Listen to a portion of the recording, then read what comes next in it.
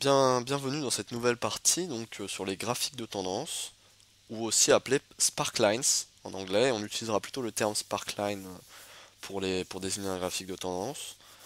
Ce sont en fait de petits graphiques que l'on va mettre dans une seule cellule Excel.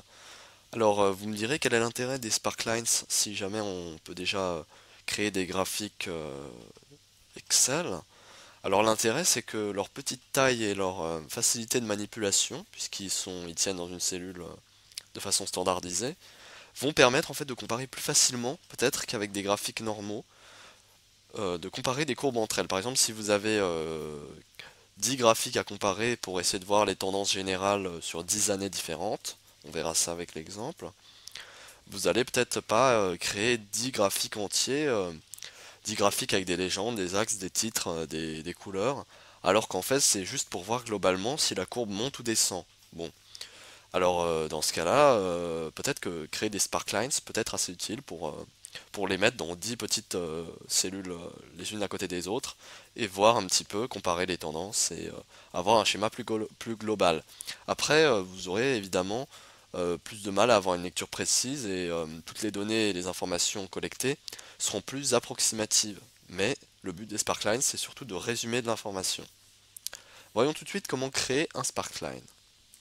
Alors j'ai pris un exemple là on va créer un seul sparkline. Donc avec une entreprise qui fait un chiffre d'affaires sur une année avec les 12 mois de l'année et le chiffre d'affaires mensuel.